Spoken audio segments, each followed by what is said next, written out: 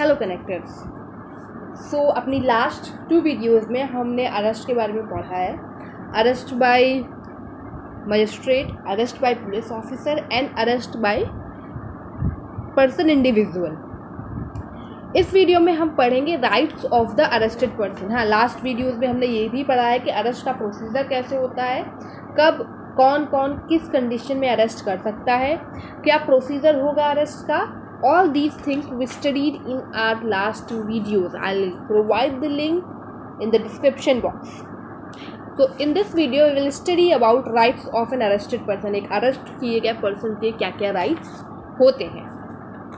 So the power given to the police officer to facilitate the making of the arrest are not absolute. These powers are subjected to certain restraints. The imposition of restraint can be considered to an extent as their cognition of right of the arrested person. मतलब police officer को जो right दिए गए हैं किसी भी person को arrest करने के लिए under section 41 of criminal procedure code 1973, वो एब्सोल्यूट राइट नहीं है। उनके ऊपर भी सम रेस्ट्रेंट्स लगी हुई हैं कि अगर पुलिस ऑफिसर किसी भी अक्यूज को अरेस्ट करता है, किसी भी पर्सन को अंडर सम ऑफेंस अरेस्ट करता है, तब भी उसके ऊपर कुछ ऐसी रेस्ट्रेन है कि वो कुछ काम नहीं कर सकता है। These are the rights of the arrested person. Some of them are fundamental rights while other them are human rights. Human rights are always given to individual whether they are accused or not. So human rights सभी के पास हमेशा होते हैं, भले उसे उस time police officer ने अरेस्ट किया है या नहीं, वो अरेस्टेड पर्सन या individual person, but arrested person की कुछ human right as well as कुछ फंडामेंटल राइट्स भी होते हैं। हम उन सभी राइट्स को इस वीडियो में डिस्कस करेंगे। So come to the first right. The first right is the right to know the ground of the arrest. जो पर्सन अरेस्टेड है उसका राइट है कि उसे पता होना चाहिए कि वो अरेस्ट किस लिए हुआ है। Section 50 of criminal procedure code 1973 ये कहता है कि एवरी पुलिस ऑफिसर और other person arrested person without warrant shall forthwith communicate to him full particulars of the offense। Means हर पुलिस ऑफिसर और अदर पर्सन जो भी उसे अरेस्ट कर रहा है, वेदर इट इज मजिस्ट्रेट और private individual, police officer arrest कर रहा हो, प्राइवेट इंडिविजुअल अरेस्ट कर रहा हो, या फिर मजिस्ट्रेट अरेस्ट कर रहा हो, या उसके ऑर्डर पर कोई और अरेस्ट कर रहा हो, विदाउट वारंट। या the fundamental thing is here is without warrant, बिना वारंट के। सेक्शन 41 में पुलिस ऑफिसर के राइट्स हैं कि पुलिस ऑफिसर के पास पावर है कि कब वो अक्यूज्ड को विदाउट एन वारंट अरेस्ट कर सकता है। और प्राइवेट इंडिविजुअल के सेक्शन 43, 44 इन सभी में दिए हैं। We studied that before. So बात करते हैं यहाँ पर। तो शैल का मतलब ये कि कंपल्सरी ड्यूटी है, ये मैंडेटरी है, डिस्क्रिशनरी पावर नहीं, उसे बताना ही होगा। तो जो भी पर्सन को अरेस्ट किया जा रहा है, जो पुलिस ऑफिसर या कोई अदर पर्सन या जो भी उसे अरेस्ट कर रहा है, वो उस पर्टिकुलर पर्सन को ये बताएगा कि उसने कौन सा ऑफेंस किया है, उसे किस ऑफेंस के अंदर अरेस्ट किया जा रहा है। In case arrest made with warrant, section 75 provides that the police officer or other person executing the warrant of arrest shall notify the substance of arrest। Means अभी हमने विदाउट वारंट की बात की, अरेस्ट कर रहा है कोई भी बंदा किसी को बिना वारंट के, पुलिस ऑफिसर और अदर पर्सन किसी को भी पर्सन को बिना वारंट अरेस्ट कर रहे हैं तो वो कम्युनिकेट करेंगे उससे। पर अगर वो अंडर वारंट अरेस्ट कर रहा है तो सेक्शन 75 यहाँ पर कहता है कि जो भी पुलिस पर्सन या अदर पर्सन जो उस वारंट को एग्जीक्यूट कराने आया है, क्योंकि वारंट तो मजिस्ट्रेट ही इशू करेगा, कोर्ट इशू करेगा वारंट, तो कोर्ट है जो वारंट इशू किया उसको एग्जीक्यूट कोई कराएगा, तो कोर्ट तो खुद कराने नहीं आएगा, नहीं मजिस्ट्रेट खुद किसी भी वारंट को एग्जीक्यूट कराएगा। तो कोई इंडिविजुअल या पुलिस ऑफिसर या कोई अदर प्राइवेट मेंबर जिसे वो वारंट डायरेक्ट किए गए हैं अरेस्ट करने के लिए, जो भी उस वारंट को एग्जीक्यूट करने आया, ये उसकी ड्यूटी है। Shall, mandatory here again, shall notify the arrest of substance of arrest, कि उसको बताए कि उसे क्यों अरेस्ट किया जा रहा है, क्या रीज़न है, उसने क्या ऑफेंस किया है, क्या कमीशन है उसका, क्यों अरेस्ट किया जा रहा है उसे। And if required shall show him the warrant, और अगर ज़रूरत पड़े, अगर वो पर्सन जिसको अरेस्ट किया जा रहा है वो कहे, तो it's mandatory, again shall word is used here. So it's mandatory कि वो उसे वारंट दिखाए, पुलिस ऑफिसर या अदर पर्सन जो भी वारंट को एग्जीक्यूट करा रहा है वो उसको वारंट दिखाए। So it's mandatory here. And an entry of the fact as to who has been informed shall be made in a diary kept for the purpose. और हाँ, ये डायरी एक पुलिस ऑफिसर और अदर पर्सन डायरी रखते हैं, उसमें उन्हें ये एंट्री करनी होगी कि उन्होंने जिसको अरेस्ट किया उसको इन्फॉर्म किया है इस बारे में, और किसी अदर पर्सन को अगर इन्फॉर्म किया है तो उससे भी किया है, ये भी मैंडेटरी है कि वो जो पर्सन उसको वारंट एग्जीक्यूट करा रहा है वो उसको नोटिफाई करेगा डायरी में। नेक्स्ट बात करते हैं section 50 clause A inserted by the criminal amendment act 2005। The police officer shall give the information about the arrest as well as the place where is being held to anyone who may be nominated by him। मतलब section 50 clause A जो कि 2005 criminal amendment act द्वारा add किया गया था criminal procedure act 1973 में, ये भी पुलिस ऑफिसर की ड्यूटी है। तो shall word use here mandatory provision है, ये डिस्क्रिशनरी या अदर प्रोविजंस नहीं है, ऑब्लिगेटरी डिस्क्रिशनरी प्रोविजन नहीं है, मैंडेटरी प्रोविजन है। पुलिस ऑफिसर इन्फॉर्म करेगा ही उस पर्सन जिसे अरेस्ट किया गया है। अगर वो किसी को नॉमिनेट करता है, बताता है कि मेरे अरेस्ट के बारे में इसको बता दो, तो वो पुलिस ऑफिसर की ड्यूटी है कि जो नॉमिनेटेड पर्सन है उसको ये बताएगा कि उसे अरेस्ट किया गया है और प्लेस जहाँ पर अरेस्ट किया गया और कहाँ उसे ले जाया जा रहा है अरेस्ट के बाद, या फिर ले जाया गया है अरेस्ट के बाद। So these are the duties of the police officer and the rights of the arrested individual. This section also made it mandatory for the magistrate to inquire that the requirement of the section has been complied with when the accused is produced before him। मतलब 24 hours के बाद 24 hours में within 24 hours arrested person को magistrate के आगे present किया जाता है। तो मजिस्ट्रेट भी यहाँ पर ड्यूटी बाउंड है, ये मैंडेटरी प्रोविज़न है, अगेन ड्यूटी बाउंड है कि वो उस अरेस्टेड पर्सन से इंक्वायरी करेगा, इंक्वायर करके पूछेगा कि जो भी उसके राइट्स हैं किसी को इन्फॉर्म करने का और उसको क्यों अरेस्ट किया गया है, ये सारी चीज़ों का उसे बताया गया या नहीं, ये मजिस्ट्रेट खुद इंक्वायर करेगा। Apart from this provisions article 22 clause 1 also conferred this right as a status of fundamental right. Means जो राइट है, right to know the ground of arrest, right to know the ground of arrest and to be informed as the nominated person by the arrested. तो जो ground arrest का और nominated person को inform किए जाने का जो राइट है, ये एक फंडामेंटल राइट भी है। आर्टिकल 22 क्लॉज 1 इस बारे में बताता है कि no one who is arrested shall be detained in custody without being informed. Shall be detained mandatory है, फंडामेंटल राइट है ये, कि वो डिटेन्ड नहीं किया जा सकता, नो पर्सन, कोई भी, विदाउट बीइंग इन्फॉर्म्ड, बिना उसे इन्फॉर्म किए हुए, as soon as may be of the ground of for such arrest, not shall be denied the right to consult and to be defended by a legal practitioner of his choice। उसका right है to consult, right to consult के उसको right to consult को deny नहीं किया जा सकता, ये उसका राइट है। अपने मन चाहे अपने विल लीगल प्रैक्टिशनर को चूज करने का जो तो इसको डिफेंड करे। ठीक है, okay. The next right any arrested person have if the information regarding right to be released on bail। okay?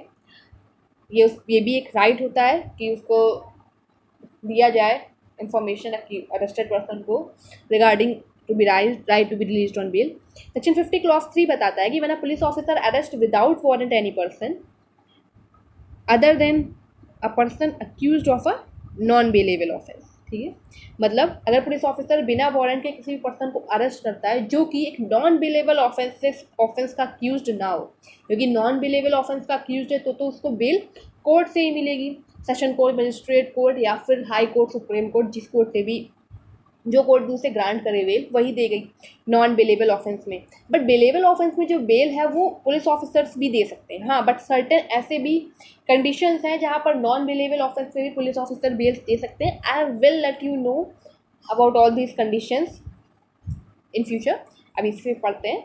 So person अगर नॉन बेलेबल ऑफेंस का अक्यूज्ड है तब तो उसको वो बेल पुलिस ऑफिसर नहीं दे सकते इन द मेजर कंडीशंस। सो लेकिन अगर वो बेलेबल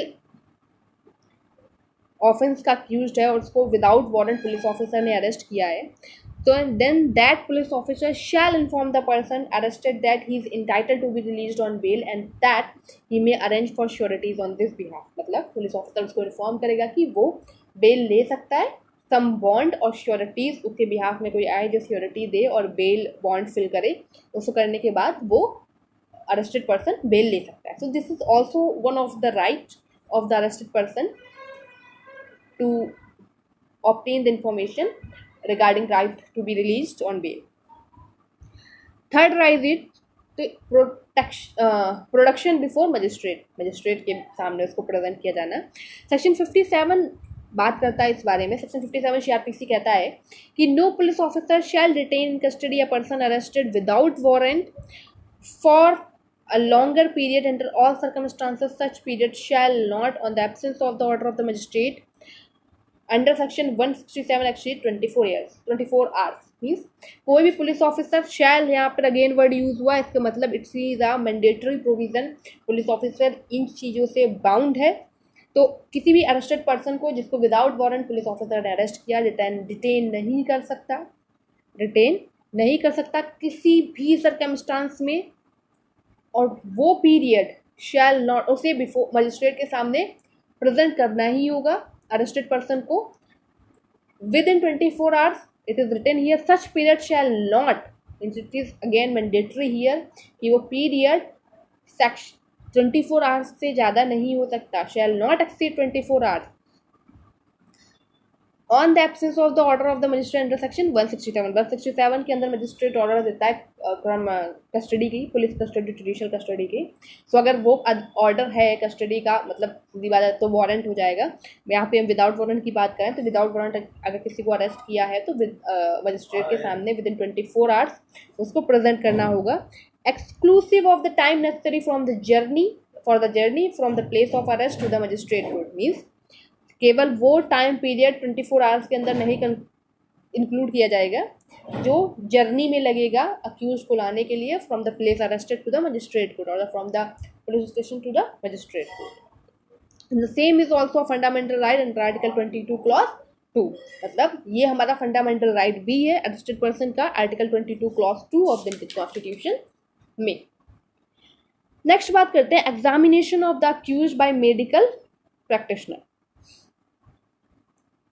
तो सेक्शन 53 ऑफ CRPC इस बारे में बात करता है कि एग्जामिनेशन इंक्लूड, सेक्शन 53 CRPC ये बात बताता है कि किसी भी पर्सन को जो अरेस्ट हुआ है उसको राइट है टू बी, अक्यूज्ड के पास ये राइट है to be medical examined by the medical practitioner the request of the police officer.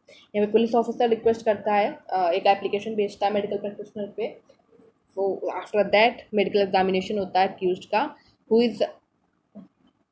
has committed an offence of such a nature that there is a reasonable ground for belief that the examination of that person will afford evidence as to the communication of the offence. मतलब जहाँ पर ये reasonable ground है कि उसका medical examination होना ज़रूरी है, क्योंकि उसका medical examination एक sufficient evidence होगा उस केस में जिसके लिए वो alleged है, जिसका कमीशन किया है उसने. और यहाँ पर examination includes examination of blood stain, semen, swab, sputum, sweat, hair samples and finger nails clipping by the use of modern science and techniques including DNA profiling भी. और ये चीज़ जो मैंने सेकंड पैरा ऐड किया एग्जामिनेशन इंक्लूड, ये चीज़ 2005 amendment के बाद क्लियरिफाई की गई थी. And one of the most important judgement एक केस में इस फैक्ट में है, सेक्शन 53 में आता है, वो है Shrimati Selvi and others versus state of Karnataka 2010 का जजमेंट है. And this judgment was asked in many judicial examination papers several times. तो इसमें सुप्रीम कोर्ट ने हेल्ड किया है कि पॉलीग्राफ और brain finger printing test amount to the testimonial compulsion and therefore bar of article 20 clause 3 of the constitution of India. Means ये self discrimination के अंदर आता है, ये फंडामेंटल राइट का वायलेशन है. तो आप बिना कंसेंट या इवन दो आफ्टर कंसेंट भी ब्रेन फिंगर प्रिंटिंग टेस्ट नहीं कर सकते हैं किसी का भी. this is the violation of the fundamental right, and this comes under the this is the violator of fundamental right. And which fundamental rights? Article 22 clause 3 and 22 clause 3 talks about self incrimination, स्वयं के विरुद्ध बोलने बुलवाने का जो हमारा अधिकार है कि आपको अपने खिलाफ गवाही नहीं दे सकते, आपको कोई कंपेल नहीं कर सकता ऐसा करने के लिए। तो ये इस राइट के हमारा वायलेशन है, जो कि आर्टिकल 22 क्लॉज 3 है, सेल्फ इंक्रिमिनेशन। किसी की भी आप ब्रेन फिंगरप्रिंटिंग नहीं कर सकते, और ये एक सफिशिएंट एविडेंस भी नहीं माना जाता है। और ये सुप्रीम कोर्ट ने कहा था, it's a very important and very latest statement, और not even the latest but it's a very important and landmark statement, and it is also useful when we talk about section 27 of Indian Evidence Act. So move to next है health and safety of arrested person. तो arrested person के पास ये right है कि उसकी health और safety का ध्यान रखा जाए। सेक्शन 55 क्लॉज ए CRPC जो कि 2008 में ऐड किया गया था, ये बताता है कि it shall be the duty of the person having the custody of the accused to take reasonable care of the health and safety of the accused. Means 2008 में ये ऐड किया गया था सेक्शन 55A, जो इस बारे में कहता है कि ये भी मैंडेटरी प्रोविज़न है कि जिस पर्सन ने उस अक्यूज को अरेस्ट किया है उसकी ड्यूटी है कि उसके हेल्थ की रीजनेबल टेक केयर की जाए और सेफ्टी की जाए। अच्छा, examination by the of the accuse, ये राइट है अक्यूज का एट द पुलिस ऑफिसर के रिक्वेस्ट पे, और अगर अक्यूज चाहे तो खुद भी अपना मेडिकल एग्जामिनेशन वो करवा सकता है by giving a normal application in the court, in the magisterial court, जहाँ पे उसका केस चल रहा होगा, पेंडिंग हुआ वहाँ पर। तो this is one of the very important and essential judgment right to। and next right is of the accused, the procedure when police officer deputes subordinate to arrest without warrant। अच्छा, police officer अपने किसी और को भी अपने under अपने subordinate हो, किसी प्राइवेट इंडिविजुअल्स को भी ऑर्डर दे सकता है, अरेस्ट करने के लिए एक एप्लीकेशन दे सकता है। सेक्शन 55 इस बात के वो प्रोवाइड करता है। तो भी अरेस्टेड पर्सन के पास राइट होता है कि वो उस इंडिविजुअल पर्सन इन सारे राइट्स के लिए बाउंड है, इन सारी ड्यूटीज़ से बाउंड है जो कि पुलिस ऑफिसर की ड्यूटीज़ होती हैं। अगर पुलिस ऑफिसर किसी को सबऑर्डिनेट डिप्लॉयड करता है अपने अंदर, डिप्यूट करता है अपने अंडर सबऑर्डिनेट, तो भी वो भी उन सभी ड्यूटीज़ से बाउंड है जो कि पुलिस ऑफिसर के पास पुलिस ऑफिसर की होती है, कि उसको इन्फॉर्म करना, उसके रिलेटिव्स को इन्फॉर्म करना, उसकी हेल्थ और सेफ्टी का ध्यान रखना, and examination by the medical practitioner. इन सभी ड्यूटी से वो प्राइवेट इंडिविजुअल भी बॉन्ड होता है, भले वो सबऑर्डिनेट पुलिस ऑफिसर ही क्यों ना हो। And arrest to be made strictly according to the code. Section 60 clause A जो कि 2008 अमेंडमेंट एक्ट में ऐड किया गया था, ये भी बोलता है कि the arrest to be made in the light of the provisions of this code. जो अरेस्ट होगी वो CRPC में जितने भी प्रोसीजर दिए गए उसी के अकॉर्डिंग मेड होगा। एक एक्सेप्शन है, there is an exception that no arrest shall be made except in accordance with the procedure of the code और any other law for the time being in force providing for arrest. मतलब अगर और कोई law जिसमें ये procedure दिया हुआ है कि हाँ इस तरीके से अरेस्ट किया जाएगा और अरेस्ट का प्रोसीजर ये होगा, तो उसकी तरह होगा। अदरवाइज अगर कहीं भी अवेलेबल नहीं है किसी भी ऑफेंस के लिए कौन सा प्रोसीजर होगा किसी भी अक्यूज को अरेस्ट करने के लिए, तो वो प्रोसीजर वही प्रोसीजर फॉलो होगा जो CRPC में दिया है, जो CRPC का चैप्टर 5 बोलता है, arrest of a person, define arrest and the procedure of the arrest. तो इसी से ही डील होगा। After that I have one very important cases. In the next video I will brief you those cases, and both of them are very important cases regarding the right of the arrested person. Till that, take care, be healthy, and like, share and subscribe. Thank you.